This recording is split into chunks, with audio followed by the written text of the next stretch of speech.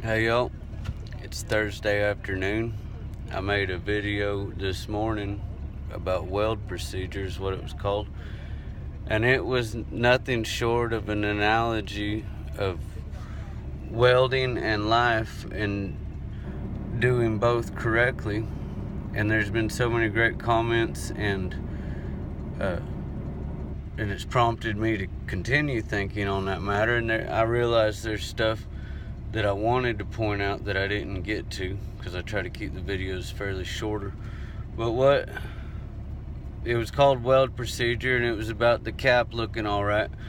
And Aaron Crowley just commented, keep the inside clean and that cap will shine. And that's exactly right.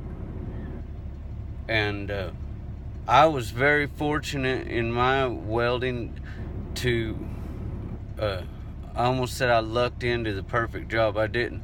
The Lord blessed me, put all the right things in order at the right time where I landed in this job. And I got to learn from some of the best welders that I've ever known, and that a lot of other guys have ever known too. And John and Patrick Hawthorne would get real embarrassed if I was to mention their names, so I ain't even gonna do it. But I got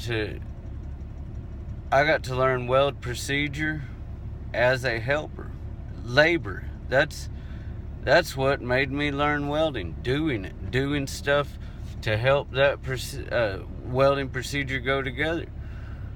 And that was so perfect, because I got to be involved in every aspect of it, and I watched it done correctly. So I didn't have to learn welding by messing up and learning how to fix that or whatever. I got to watch it correctly, the same as the first time I ever drove a car. I stole it from my parents out of the driveway on like a Saturday afternoon. They were out of town. It was a 1987 Chevy Sprint that my mother had won on The Price is Right in 1986. But it was a little standard car, 5-speed manual transmission. And I backed this car out of the driveway, drove it around a couple blocks, and brought it back, parked it in the driveway where it was. Didn't stall it one time. Pretty good incline of a driveway. How did I know to do this? This is the first time I ever touched my foot to a clutch or an accelerator in my life. This is the first vehicle I ever drove, and I stole it. And it was a standard. And I brought it back. What I'm getting at, I watched my parents drive that vehicle correctly for so long. All I had to do was emulate what I had seen. What I'm getting at, I'm reached the 3-minute mark of this video. I gotta wrap it up.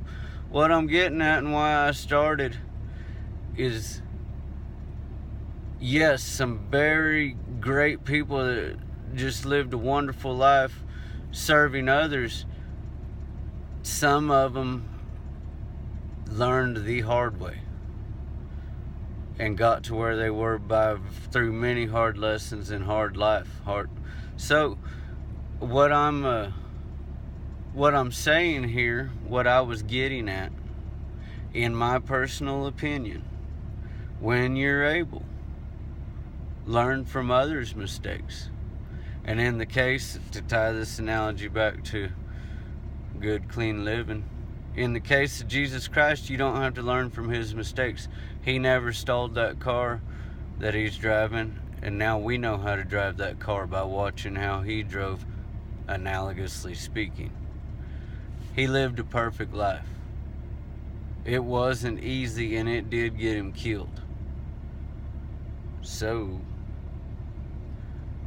if you're up for that, there is a model and a weld procedure.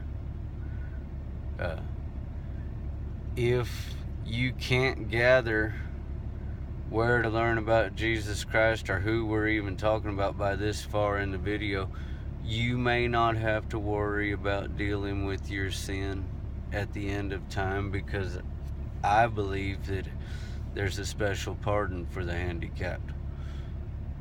Sorry to call you a dummy if that's you. If not, yeah, I am talking about Jesus. I'm talking about good living. No, I'm not a perfect example. I'm one of those you could look at, learn from his mistakes rather than have to go through it yourself. The other man I'm talking about didn't make mistakes, and we have enough transcript of his life to do it right. So, I hope y'all have a wonderful evening. I'm going to do a little bit of fabrication in the driveway, and we'll talk at you later. All right then.